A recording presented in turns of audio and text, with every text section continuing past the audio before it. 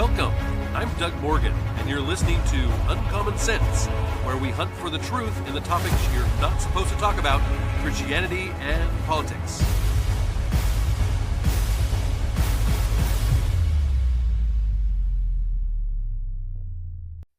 And well, it's Friday, and you know what that means. That means we have our FOMO Friday edition of the podcast. Every Friday, we love to bring you the stories of the week that you should know a little bit about. And you're probably not listening to propaganda media anymore, and you want to know what's going on both here in the country and around the world.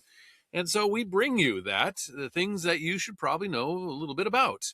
And from a series of articles from the Daily Wire comes this first one, and this is really awesome.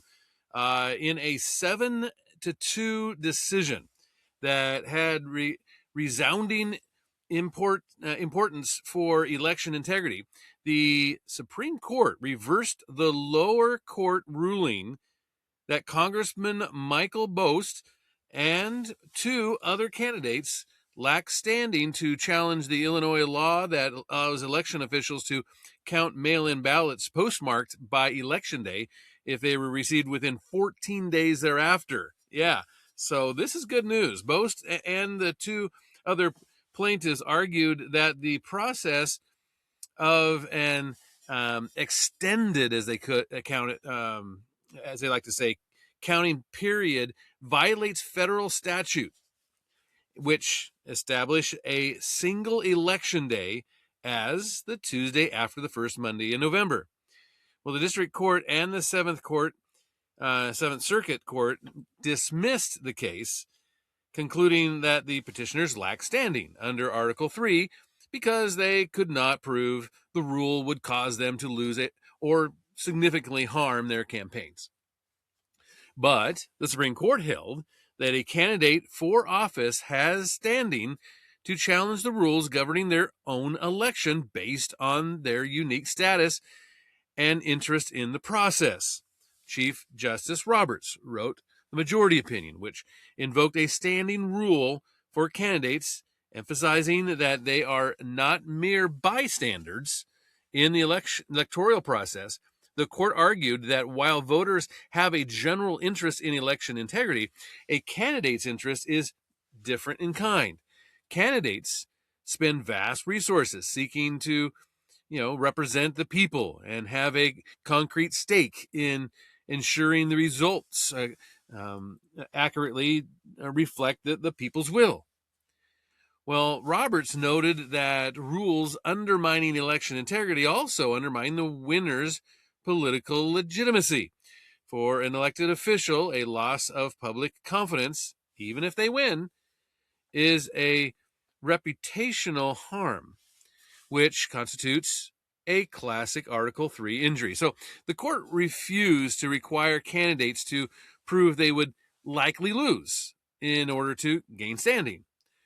Roberts argued that forcing candidates to wait until an election is close or finished to sue would lead to late-breaking court-ordered ruling changes that cause voter confusion and undermine democratic stability. Now, the court warned that requiring proof of a substantial risk of loss would turn judges into political prognosticators, a role outside their judicial expertise. So again, this is really good news, because there are states where a lot of times the mail-in ballot type states where they say, hey, as long as it's postmarked on that day, if it comes in 2 weeks later, we'll go ahead and count it. Well, that's not right. And when they were sued for it, what they did was the court said, well, no, you can't sue because you didn't lose or whatever. No, the Supreme Court said, hey, look, if you are a candidate in that election, you have standing, you have the right to sue because you have potentially been harmed. And to try to prove that you would have won if you lost or whatever, just undermines the whole process. And so again, this is very good news. Even if you could prove that you had lost because of this additional counting, then it would have most assuredly been way long after the election was called. And so again, just this is a good call on the Supreme Court's side, and it was a 7-2 vote. So yeah, it was pretty resounding. Well, you probably have heard about what's happening in Iran. Iran is in upheaval right now. Their government is trying to hang on to control the best they can. They earlier they cut off water and electricity in their capital. They also took down the internet, so nobody can have internet throughout the country. And so there's a lot of chaos going on. There's a lot of people rioting to try to when I say rioting, not like what we see here. Okay, they're more protesting. There's a lot of protesters in the streets. And so what Iran has done is they've said, hey, look, you need to stay home. If you step out, they got tanks in the streets, and you step out of your home, we're going to blow you away. They've actually killed hundreds of people at this point. Donald Trump has gotten in there to say, hey, this needs to stop. But yet, like I say, actually thousands of people have been killed because of this. And so that's where this story comes out of. And Iranians are condemning the political left for its silence as thousands are killed by Iran's brutal Islamist regime. Quote, the hypocrisy is shocking. This is what famed Iranian dissident Masih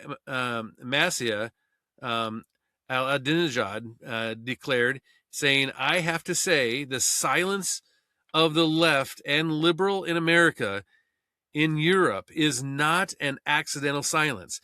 It's an ideological silence, because they believe that our suffering, the suffering of the Iranian women, Iranian men, thousands of people being killed or injured, it's not like the thing that they can talk about it, because it will expose their hypocrisy, and it will expose how they sympathize with our killers, with Islamist terrorists. Quote, I'm going to tell you now how, when I launched a campaign against compulsory veiling, compulsory hijab, and same left and liberal, they kept quiet, because they told us that hijab is a sign of resistance in America, is what she said. She also said, and now a bunch of Hamas Islamist terrorists, when they are fighting against the Israeli government, the same narrative. They say this is a sign of resistance.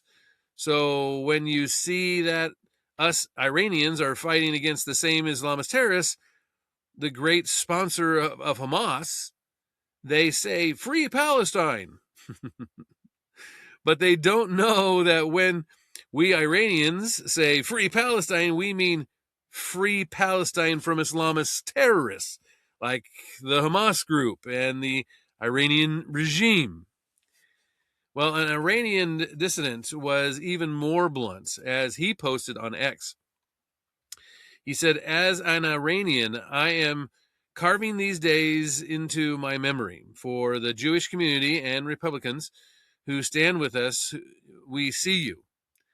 But to the actors, the left, the communists, the Democrats, and the human rights hypocrites who choose silence or worse, covered for the Islamic Republic while they slaughtered 12,000 plus of my people, you helped this regime survive. As long as I have breath in my lungs, I will rub this filth in your face. Your hypocrisy is written in our blood. Hashtag Iran massacre. Well, an Iranian woman offered a lengthy response to the Iranian regime's brutality earlier this week, saying in part, they keep asking the same question. Why are lefties, why are the loudest pro-Gaza voices completely silent when it comes to Iran? Well, the answer is simple. Because the truth exposes the lie. Because acknowledging Iran would shatter the ideological fantasy that they have built. Let's be clear. Islamic Republic of Iran is not a victim of Western imperialism. It is a theocratic authoritarian regime that survives by exporting violence and funding Islamists and crushing its own people.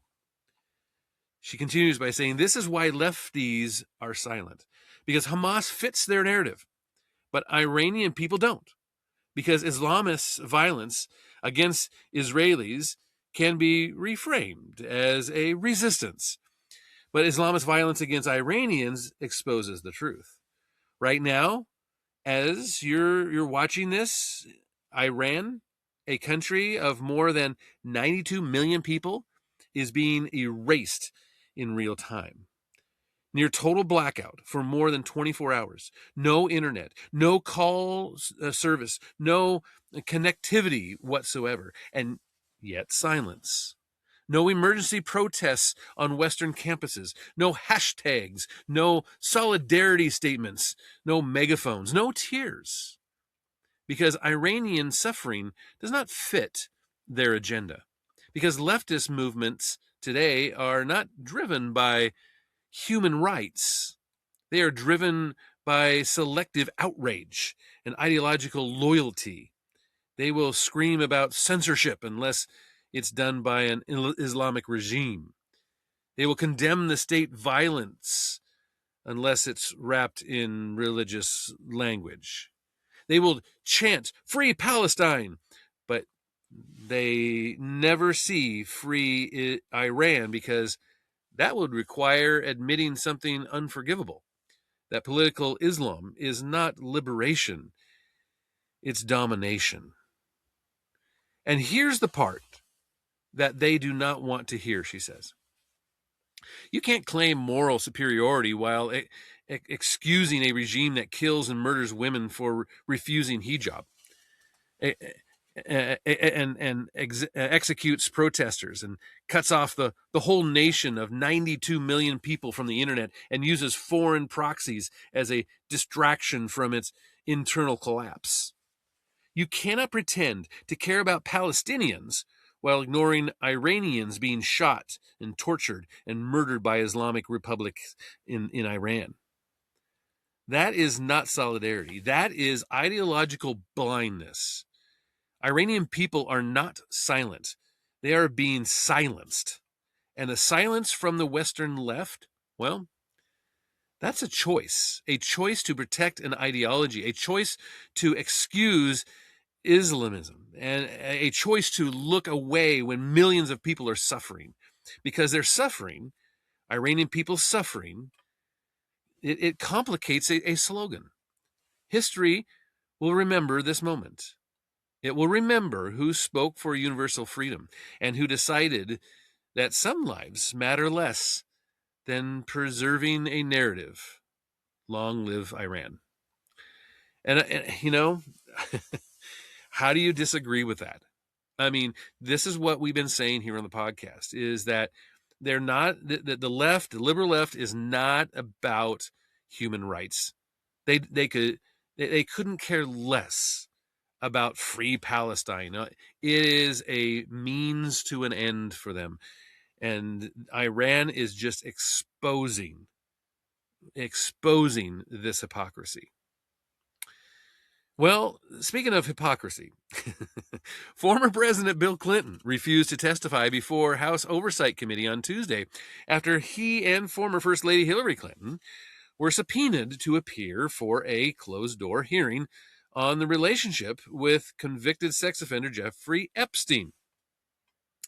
House Oversight Republicans, led by Kentucky Representative James Comer, said they will seek to hold the former president in contempt of Congress this next week as a result of Bill Clinton not showing up for his lawful subpoena, which again was voted unanimously by the committee in a bipartisan manner. We will move next week in the House Oversight Committee, mark up to hold former President Clinton in contempt of Congress, is what Comer said. Quote, "I think everyone knows by now Bill Clinton did not show up," he added. "No one's accusing Bill Clinton of any wrongdoing. We just have questions. And that's why the Democrats voted, along with the Republicans, to subpoena Bill Clinton. Hillary Clinton is scheduled to testify on this this coming up, but it also appears that she is not going to comply, and that's not a shocker. Every person has, and here's a quote: "Every person has to decide when they have seen or had enough and are ready to fight for this country, its principles and its people, no matter the consequences," is what the Clintons wrote in a letter, according to the New York Times. For us, now is that time. So now is that time to hide. Well, the lengthy letter, which was sent by the Clintons' attorneys, argued that the former president and first lady had already provided the limited information they possess about Jeffrey Epstein and Ghislaine Maxwell to the committee. They also claimed that the committee's subpoenas are invalid and legally unenforceable, untethered to a valid legislative purpose, unwarranted because they do not seek pertinent information, and an unprecedented infringement on the separation of powers. What a bunch of gobbledygook. None of which is true. Anyway, the Clintons were initially scheduled to appear before Congress in mid-December, but actually Comer moved their testimonies to January 13th and 14th to accommodate their funeral obligation.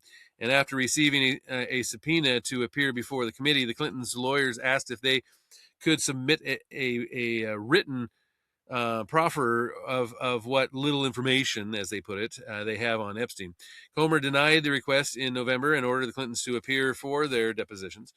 And Epstein, whose last relationship with President Donald Trump has been scrutinized over the past year or so, was also friends with the Clintons. And Bill Clinton traveled on Epstein's infamous private jet, with the disgraced financier and his associate Maxwell multiple times. Clinton was also photographed receiving a back massage from then 22-year-old Epstein accuser Davies, Shante Davies. There is no evidence that Hillary traveled with Epstein, and neither Bill nor Hillary has been accused of any wrongdoing related to the Epstein sex crimes. But Bill Clinton's relationship with Epstein is back in the spotlight, as the Department of Justice has begun releasing more files and photos from the Epstein estate, and some of the images show Clinton swimming in a pool alongside Maxwell, and in other, he is in a hot tub with a woman whose face is redacted. And President Trump, who also used to be a friend of Epstein's, has accused Clinton of visiting Epstein's island, and a claim that the Clintons deny. But Trump said last month that he didn't like the pictures of Clinton being released to the public. He said, "I think Bill Clinton's a big boy and he can handle it." Trump said, "But you probably have pictures being exposed of other people that innocently met Jeffrey Epstein years ago, and they're highly, respected bankers and lawyers and others." In a statement responding to the photos, Clinton's chief of staff said that the former president knew nothing and cut Epstein off before his crimes came to light. The White House hasn't been hiding these files, they said, for months, only to dump them late on a Friday to protect Bill Clinton. Their chief of staff said that this is about shielding themselves from what comes next, or from what they're trying to hide forever, so they can release as many grainy 20-plus-year-old photos as they want. But this isn't about Bill Clinton. Never has, never will be. So anyway, like I say, with the release, and this was a court-order release of a lot more information when it comes to the Epstein files, Bill Clinton has been the one that has been in the pictures more than not, and so they want to talk to him about it, and he's refusing. So just like anybody else, hey, nobody's above the law. If he's going to refuse, then he should go to jail. Well, getting into our area of that I like to include, each and every week, that has to do with celebrities and that type of stuff. Again, I'm not a celebrity guy, but I know you guys really like it, and there are some interesting things that come about. In fact, this one right here, I found very interesting, particularly as a Christian. But cartoonist Scott Adams, best known for creating the hilarious um, satirical comic strip Dilbert, has died at the age of 68 following a terminal cancer diagnosis. Adams' ex-wife Shelley Miles revealed the news via the Real Coffee with Scott Adams, a YouTube show. Miles also shared a final message from Adams, and here's the quote. It says, if you are reading this, things did not go well for me. I have a few things to say before I go. My body failed before my brain, is what she read, noting that Adams professed to be of sound mind when he wrote the note. But it goes on. It says, many of my Christian friends have asked me to find Jesus before I go. I am not a believer, but I have to admit the risk-reward calculation for doing so looks so attractive to me. So here I go. I accept Jesus Christ as my Lord and Savior, and I look forward to spending an eternity with him. The part about me not being a believer should be quickly resolved if I wake up in heaven. I won't need any more convincing than that. And I hope I'm still qualified for eternity.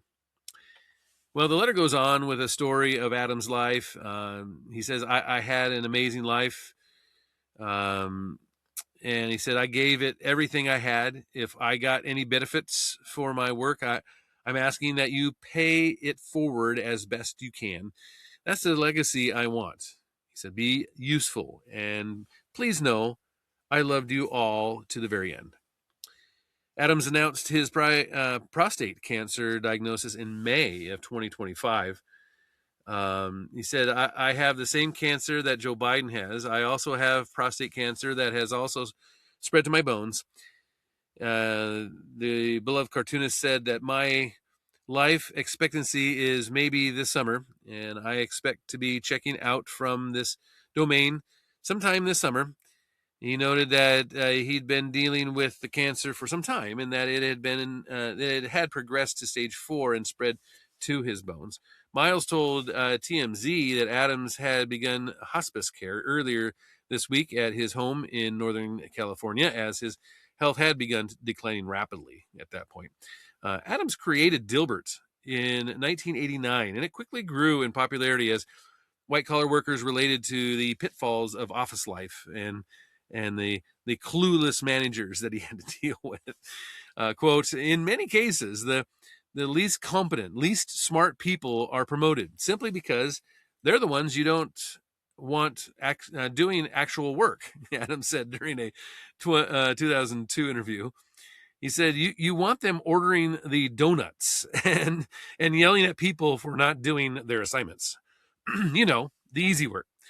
The heart surgeons and your computer programmers, your smart people, aren't in management. Well, at its height, Dilbert was syndicated in 2,000 newspapers in 57 countries and 19 languages. There were also comic books and TV shows and endless merchandise and worldwide recognition. And Adams was ostracized from the mainstream after broadcasting his conservative views and making statements about race, which were deemed problematic by the left. What? I can't believe that. Adams said he was floored when President Trump called him personally after he revealed his cancer diagnosis, and Trump also shared his condolences Tuesday morning shortly after Adams' death was announced. Quote, sadly, the great influencer, Scott Adams, has passed away. He was a fantastic guy who liked and respected me when it wasn't fashionable to do so. He bravely fought a long battle against a terrible disease. My condolences go out to his family and all of his many friends and listeners. He will be truly missed. God bless you, Scott, is what the president shared on Truth Social alongside a photo of him and Adams posing together. So yeah, I mean that's it's kind of nice that, you know, after all this long time of basically saying no, I'm not a Christian, no, I'm not a Christian, that finally, you know what, he's a Christian, and he may have come to know the Lord just shortly before he passed away. But that's okay, because his sins were wiped away clean as snow. And, I know there are some people that have a little bit of an issue with that. They're like, how can somebody who has denied God all their life or whatever and still be saved? When somebody who has, served the Lord all their lives, and they're saved too, they both go to the same place, they both, get the same thing. Well, the Lord's ways are not our ways. One has, as the Bible puts it, a bigger crown, I guess, of things that they did throughout their life, that had eternal effect. But hey, Jesus died for all of us, and he rose again for all of us, and he paid our sins, all of ours. So that's kind of neat to see. Well, I wanted to end on something a little bit interesting and light, and I think you're going to like this.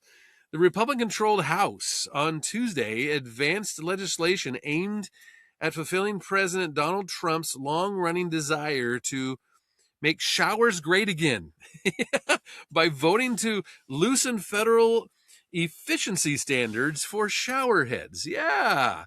The bill, dubbed the Saving Homeowners from Overregulation with Exceptional Rinsing or Shower Act, passed 226 to 197, with 11 Democrats crossing the aisle in support. Well, Republicans have argued the measure would wash away unnecessary regulations and allow more water to flow through showerheads. And Democrats have warned the relaxed standards could soak customers with high utility bills and worsen environmental impacts. Oh no. Quote, if they want a nozzle that dribbles on their head, well, then go get one of those. If you want something that slices an orange, well, then go get one of those. That should be your choice as a consumer. That's what GOP Representative Russell Fry, who is the sponsor of the bill, had to say. The legislation is light on details, and its prospects in the Senate are uncertain at this point, as members of the chamber focus attention on government funding and foreign policy. Still, it's part of a broader effort by House Speaker Mike Johnson to codify Trump's executive actions in federal law. And in April, Trump signed an executive order calling for an immediate end to water conservation standards that limit the gallons per minute flowing through showerheads and other household appliances, including dishwashers and washing machines and toilets.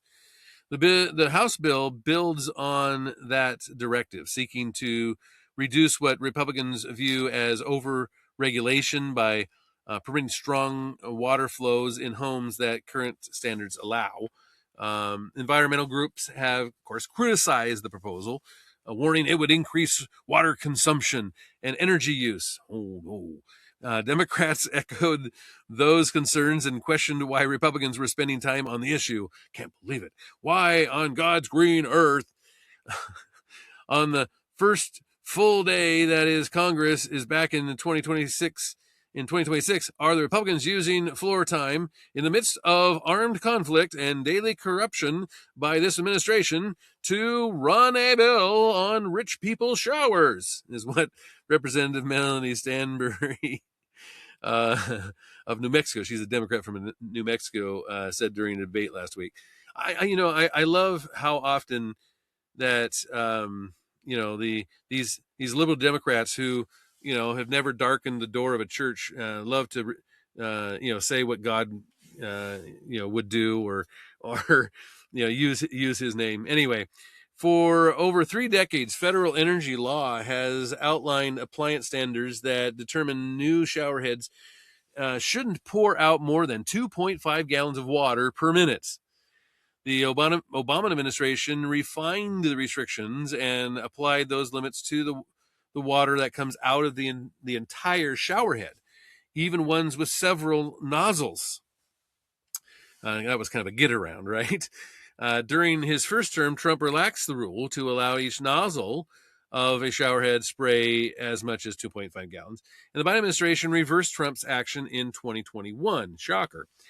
Well, Republicans defended the bill as a necessary corrective. GOP Representative Michael Ruley of Ohio said Republicans are worried about the working man.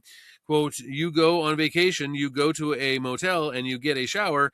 It's the worst shower you ever had. It's cold. It's dripping out there.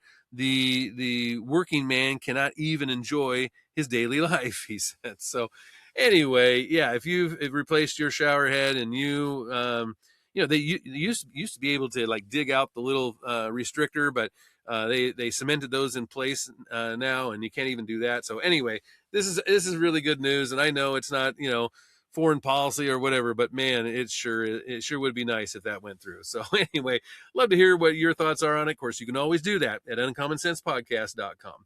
Thank you very much for listening. This podcast is a production of Morganite Communications.